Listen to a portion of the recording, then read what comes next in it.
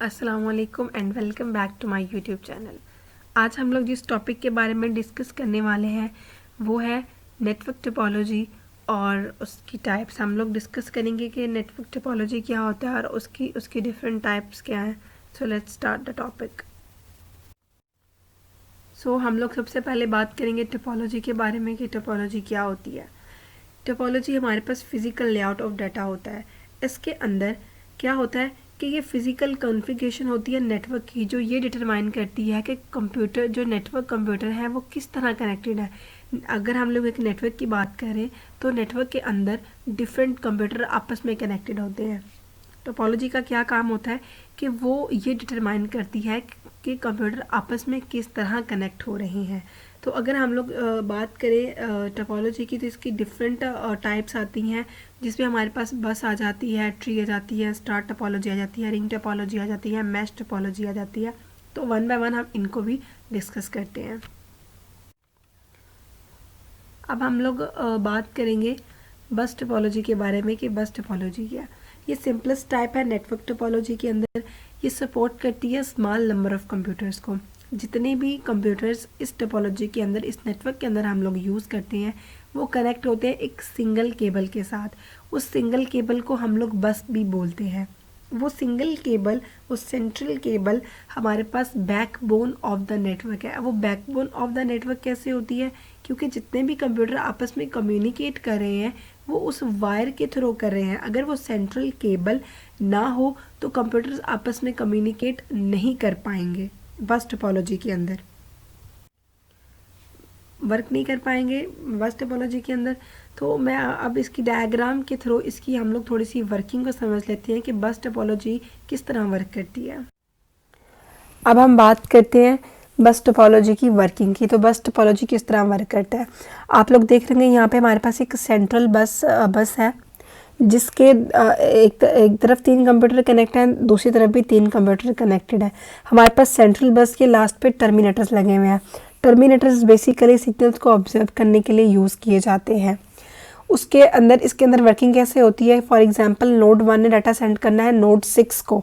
अब नोड 1 क्या करेगा कि बस के अंदर डाटा एड्रेस रखेगा। जिस नोड 6 को डाटा सेंड करा, नोड 1 नोड 6 का एड्रेस रखेगा कि मुझे इसको डाटा सेंड करना है, और जो भी डाटा सेंड करेगा वो डाटा उस बस पर रख देगा। अब 1 बाय 1 वो सबके पास मूव होगा, मतलब वो जाएगा पहले नोड 2 के पास, एड्रेस मैच करेगा। अगर एड्रेस मैच होगा तो वो रख लेगा, एड्रेस मैच नहीं होगा तो उसको नेक्स्ट के पास भेजेगा। इस तरह नोड 3 नोड 4 और नोड 5 उस एड्रेस को मैच करके देखेंगे, एड्रेस मैच नहीं होगा तो वो उसको आगे पास कर देंगे। इस तरह सबके पास से होता हुआ डाटा नोड 6 के पास आएगा। अब टर्मिनेटर्स की बात कर ले तो अगर हमारे पास एक टर्मिनेटर मिसिंग है तो क्या होगा? डुप्लीकेशन ऑफ डाटा होगा। डुप्लीकेशन डाटा होने की वजह से हमारा डाटा सही तरह ट्रांसफ़र नहीं होगा, डाटा डुप्लीकेट हो जाएगा जो कि एक्यूरेट नहीं होगा। उसके बाद अगर दोनों टर्मिनेटर मिसिंग है तो क्या होगा? हमारा डाटा कभी भी डेस्टिनेशन तक नहीं पहुंच पाएगा। डाटा हमेशा मूव ही करता रहेगा, कभी भी उसको उसकी डेस्टिनेशन नहीं मिलेगी। और अब यहाँ पे टर्मिनेटर की बात की है, जैसे कि मैंने पहले बताया कि हम लोग सेंट्रल केबल के एंड पे हम लोग टर्मिनेटर्स को यूज़ करते हैं सिग्नल को ऑब्जर्व करने के लिए। अगर एक टर्मिनेटर मिसिंग हो तो डुप्लीकेशन ऑफ डाटा होता है। अगर दोनों टर्मिनल मिसिंग हो तो हमारा डाटा कभी भी डेस्टिनेशन तक नहीं पहुँच पाता है। एडवांटेजेस ऑफ बस टोपोलॉजी के बारे में बात की जाए तो it is easy to setup. इसका सेटअप करना बहुत आसान होता है और इसमें हम लोग बस टोपोलॉजी के बस नेटवर्क के अंदर हम लोग इजीली एक्सटेंड भी कर सकते हैं उसको। ऑफ कोर्स बस टोपोलॉजी कॉस्ट वेरी लेस। बात करते हैं हम लोग डिसएडवांटेजेस ऑफ बस टोपोलॉजी। तो इसके अंदर क्या होता है कि आपके पास लिमिट सेंट्रल केबल लेंथ होती है। हमारे पास जो सेंट्रल केबल होती है वो लिमिटेड होती है। दूसरा डिपेंडेंसी ऑफ सेंट्रल केबल। अगर हमारे पास सेंट्रल केबल जो है वो ख़राब हो जाती है तो हमारा जितना भी डाटा है या जितना भी हमारा नेटवर्क है वो डिस्ट्रॉय हो जाएगा। डिपेंड करता है सेंट्रल केबल पर। उसके बाद proper termination is required to dump signals. Use of terminator is must. मैंने पहले भी बताया कि टर्मिनेटर्स का होना बहुत ज़्यादा ज़रूरी है। अगर कोई भी एक भी टर्मिनेटर मिस होगा तो डुप्लीकेशन ऑफ डाटा होगा। अगर कोई टर्मिनेटर नहीं होगा तो हमारा डाटा कभी भी डेस्टिनेशन तक नहीं पहुंच पाएगा। तो इसलिए टर्मिनेटर का प्रॉपर जो है वो यूज़ बहुत ज़्यादा ज़रूरी है बस टोपोलॉजी के अंदर। जी, इसके बाद बात करते हैं हम लोग स्टार टोपोलॉजी।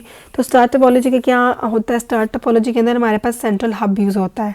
सेंट्रल हब के साथ सारे कंप्यूटर आपस में कनेक्टेड होते हैं।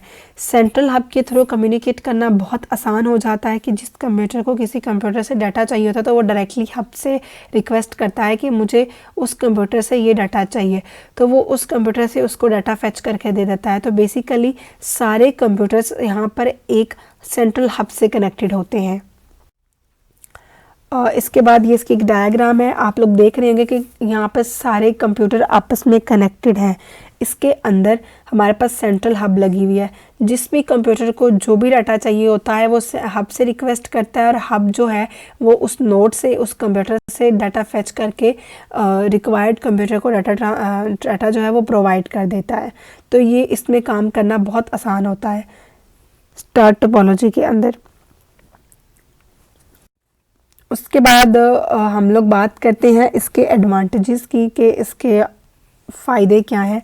सबसे पहला क्या है कि अगर हमारे पास कोई एक भी नोड या एक भी कनेक्शन ब्रेक करता है तो ये किसी अदर कंप्यूटर पे कोई इफ़ेक्ट नहीं करेगा। आपको मैंने जैसे बताया कि सेंट्रल हब के साथ सारे कंप्यूटर कनेक्टेड होते हैं। अब कोई दूसरा कंप्यूटर, फॉर एग्जांपल हमारे पास 6 नोड्स कनेक्टेड है सेंट्रल हब के साथ, अगर हब 6 में कोई भी प्रॉब्लम आ गई है, वो उसका कनेक्शन ब्रेक हो गया, तो बाकी की 5 नोड्स पे कोई इफ़ेक्ट नहीं पड़ेगा। इसके अंदर डिवाइसेस को रिमूव करना बहुत ज़्यादा आसान होता है विदाउट डिस्टर्बिंग द नेटवर्क, क्योंकि मैंने बात की कि सेंट्रल हब के साथ सारे कंप्यूटर कनेक्टेड होते हैं, तो हम उसको इजीली कोई भी कंप्यूटर ऐड कर कोई भी डिवाइस ऐड कर सकते हैं। इजीली कोई भी डिवाइस जो है उसको हम रिमूव भी कर सकते हैं। अब बात करते हैं इसके डिसएडवांटेजेस की। तो इसके फ़ायदे हैं तो नुकसान भी होंगे। अब मैंने बताया कि सेंट्रल हब के साथ सारे कंप्यूटर कनेक्टेड होते हैं, तो ज़ाहिरी बात है ये बहुत एक्सपेंसिव नेटवर्क है, इसको इंस्टॉल करना बहुत मुश्किल होता है। अगर हमारे पास जो सेंट्रल हब है वो फेल हो गया या उसका कनेक्शन ब्रेक हो गया तो हमारा होल नेटवर्क उससे इफ़ेक्ट होगा, क्योंकि सारे कंप्यूटर सेंट्रल हब के साथ कनेक्टेड होते हैं। तो सेंट्रल हब अगर फेल हो गया तो सारा नेटवर्क जो है वो डिस्टर्ब हो जाएगा। जी, इसके बाद हम लोग रिंग टोपोलॉजी के बारे में बात करेंगे।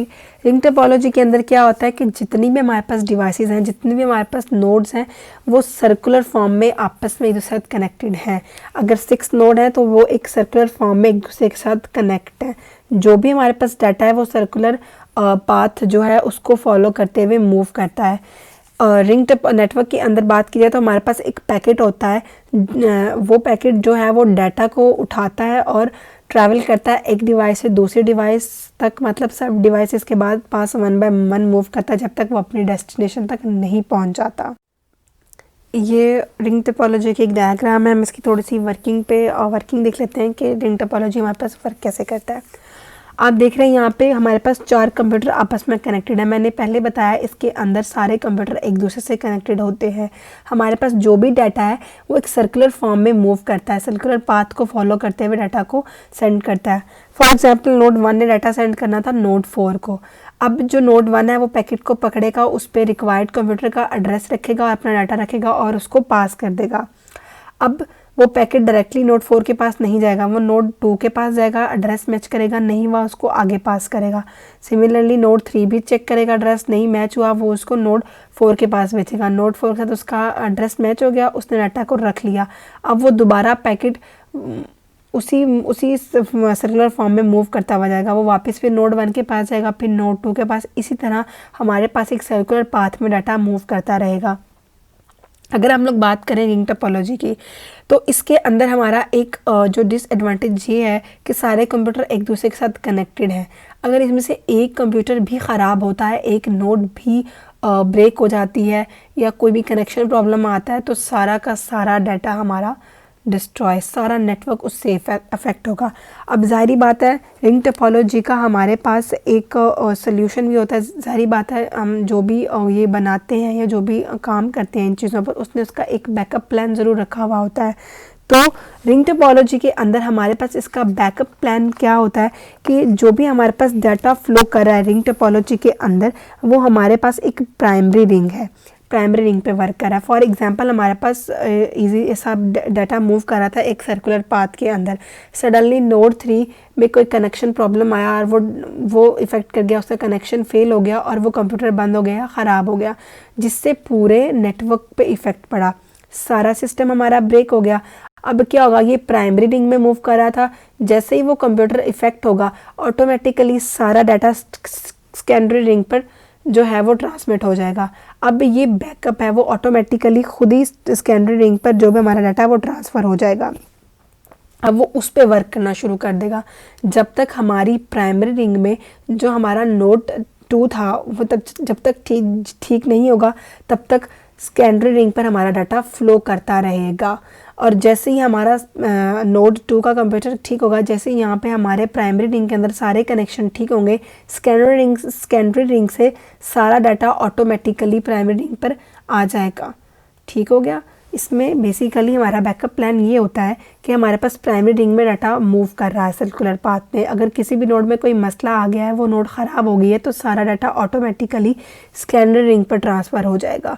वहाँ पर डाटा अपना वहाँ पे डाटा फ्लो जैसे प्राइमरी रिंग पे हो रहा था ऐसे सेकेंडरी रिंग पे वो डाटा सर्कुलर पाथ में मूव करना शुरू कर देगा, अपनी वर्किंग जारी रखेगा। जैसे ही हमारे पास प्राइमरी रिंग का वो जो नोड 2 कंप्यूटर ख़राब हुआ था, जैसे ही वो कनेक्शन ठीक होगा, सारा डाटा जितना भी वर्किंग था ऑटोमेटिकली प्राइमरी रिंग पर ट्रांसफ़र हो जाएगा और वो वापस से अपना काम करना शुरू हो जाएगा। जैसे सेकेंडरी रिंग से प्राइमरी रिंग पर सारा डाटा ट्रांसफ़र होगा, ऑटोमेटिकली हमारे पास जो सेकेंडरी रिंग है वो यूज़लेस हो जाएगा। ठीक हो गया। इसके बाद हम लोग एडवांटेजेस की बात करते हैं। इसके एडवांटेजेस क्या हैं? इसके एडवांटेजेस में रिड्यूस डाटा कलेक्शन। अब जाहिर बात है कि एक ही पाथ में डाटा मूव कर रहा है तो उसमें डाटा का आपस में कलेक्शन करने का जो भी है वो बहुत चांसेस जो हैं वो बहुत कम है, बल्कि है ही नहीं, क्योंकि एक ही पाथ में सारा डाटा मूव कर रहा है। सेकेंड क्या है, network service is not needed to control network connectivity between each work station. ज़ाहिरी बात है इसमें जो नेटवर्क सर्वर है उसको कंट्रोल करने की ज़रूरत नहीं है नेटवर्क के कनेक्शन को, क्योंकि सारा डाटा खुद ब खुद एक सर्कुलर पाथ में मूव हो रहा है। आगे क्या है, इसमें additional work station can be added without impacting the performance of the network. इसमें हम लोग डिफरेंट कंप्यूटर्स को या डिफरेंट नोड्स को ऐड कर सकते हैं without disturbing the whole network.